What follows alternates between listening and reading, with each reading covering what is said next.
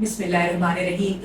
ناظرین، آج نا ہم نے ڈاکٹر جویریہ کو گھر لیا ہے.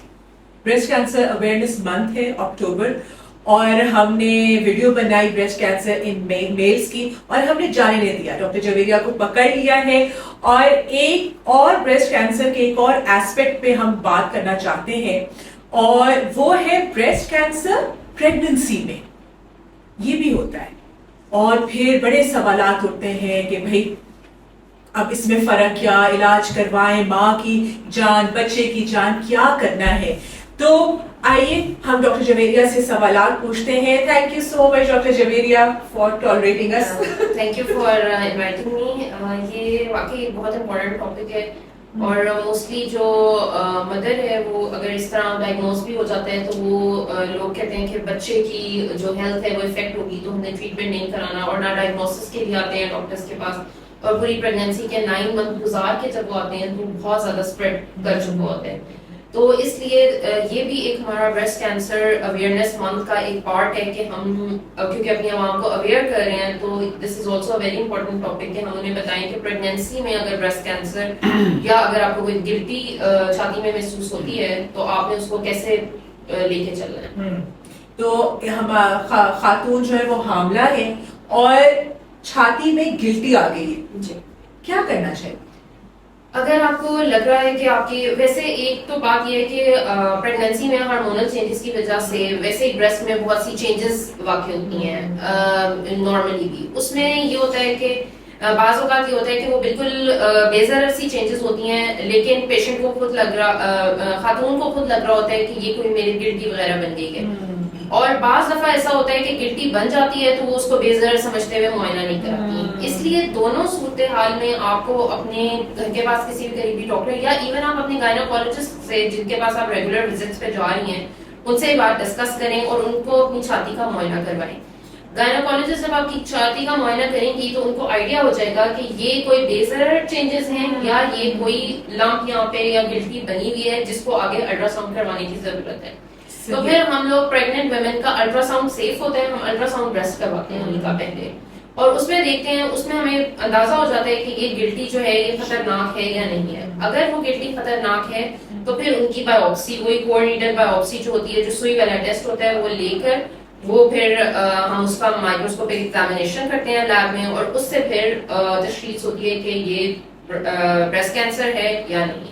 اور اگر اللہ نہ کرے یہ گلٹی ایک حاملہ خاتون کے کینسر نکل آتی ہے تو پھر کیا کریں؟ انتظار کرنا چاہیے ڈلیوری کا یا کیا کرنا چاہیے؟ نہیں، اگر آپ کی کوئی ایسی گلٹی ہے جس کی آپ نے بایوپسی کروائی ہے، الٹرا ساؤنڈ کروایا ہے اور اس میں وہ پتہ چلا ہے کہ وہ کینسر آیا ہے، تو آپ کو فوراً جو ہے کسی بھی آنکولوجسٹ سے کنسلٹ کرنا چاہیے.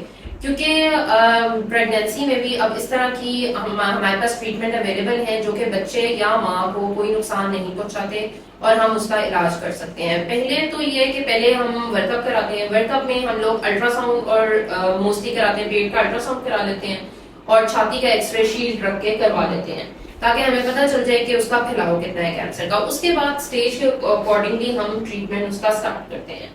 اس میں اس طرح ہوتا ہے کہ جو سرجریز ہیں وہ تو بالکل سیف ہے، وہ آپ تھرو آؤٹ پریگنینسی کسی بھی ٹائم پیریڈ میں ہم سرجری کروا سکتے ہیں. ڈلیوری سیف ہے؟ جی بالکل، سرجری کمپلیٹلی سیف ہے. سرجری جو ہے وہ کروائی جا سکتی ہے.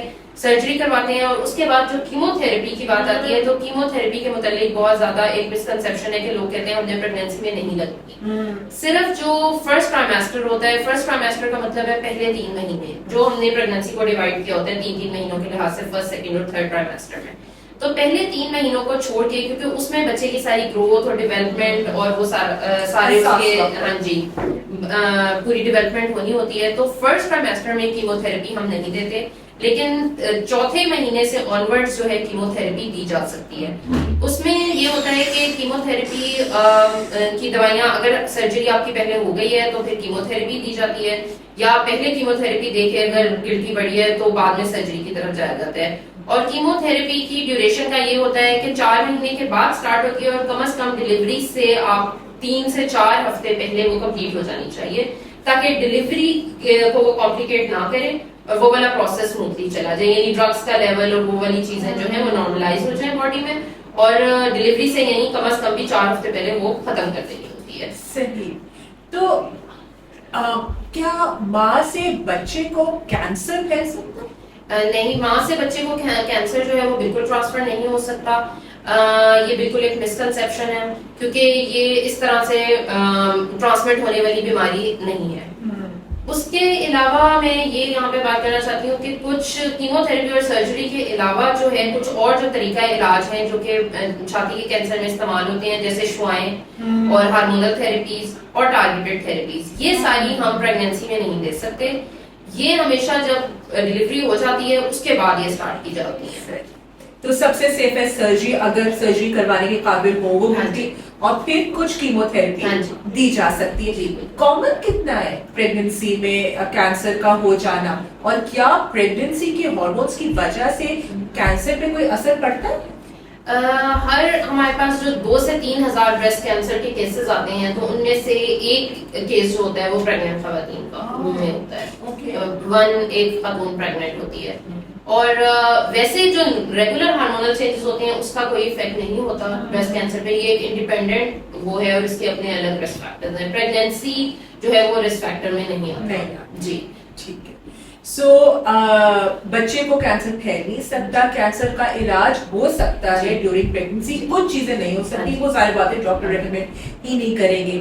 تو امپورٹنٹ ایک اور میسج ہے کہ اگر حاملہ خاتون ہے تو امپورٹنٹ میسج یہ ہے کہ اگر حاملہ خاتون ہیں تو ان کو فوراً, اگر کسی گلٹی کی صورت میں اگر ان کو سسپیشن ہے کہ ان کے چھاتی میں کوئی گلٹی بن رہی ہے, تو وہ ڈاکٹر سے رجوع کریں اور اس کا ٹریٹمنٹ اسٹارٹ کروائیں.